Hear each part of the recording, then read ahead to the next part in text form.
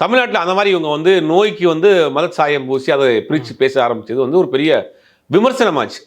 விமர்சனமான அப்புறம் என்ன பண்ணாங்கன்னா, அந்த WJMங்கிறத மேட்டரை கட் பண்ணிவிட்டு சிங்கிள் சோர்ஸ், தனியார் அமைப்புகள், டெல்லி போய் வந்தவர்கள் இப்படிலாம் பேச ஆரம்பிச்சாங்க. ஆனால் பெர்சனலாக இவங்களுடைய கேரக்டர் எப்படி அப்படிங்கிற போது ரொம்ப விசாரிக்கிறப்ப அவங்க கூட ஒர்க் பண்ணவங்க அவெல்லாம் சொல்கிறப்ப என்ன பண்ணுவாங்க, இவங்க நல்ல ஒரு கேரக்டர், இவங்க ரொம்ப ஒரு எல்லாத்துக்கும் மரியாதை கொடுத்து பழகக்கூடியவங்க, அணுகுவதற்கு ரொம்ப எளிமையானவங்க, ஒரு ஐஏஎஸ் ஆஃபீஸருங்கிற மாதிரிலாம் இருக்க மாட்டாங்க, இம்மிடியட்டாக ஒரு ஃபோன் பண்ணால் நம்மளே அட்டன் பண்ணுவாங்க, அந்த மாதிரி ரொம்ப ஒரு கூட ஒர்க் பண்ணுறவங்களுக்கு மரியாதை கொடுக்க, கீழே இருக்கக்கூடியவங்களுக்கு கூட மரியாதை கொடுக்கக்கூடியவங்க, ஹெல்ப் பண்ணக்கூடியவங்க, அந்த மாதிரி ஒரு நேச்சராக உள்ள ஒரு நபர் தான்.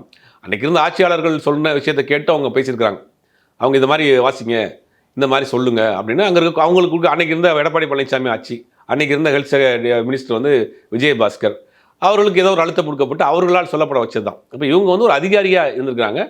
பெர்சனலாக அவங்களுடைய கேரக்டரை விசாரிக்கிறப்ப அவங்க வந்து நல்ல ஒரு நபராக இருந்திருக்கிறாங்க. அவருடைய லைஃப் அப்படிங்கிறது பார்த்தா அவங்க அப்பா வந்து ஒரு தமிழ்நாட்டினுடைய டிஜிபியாக இருந்தார், வெங்கடேஷ் ஆஃபீஸர், ஐபிஎஸ், தமிழ்நாடு டிஜிபியாக இருந்தவர், தமிழ்நாடு உயரிய காவல்துறை அதிகாரியாக இருந்தவர். அம்மா வந்து ஒரு சட்டமன்ற உறுப்பினராக இருந்தார், ராணி வெங்கடேசன் அப்படின்ட்டு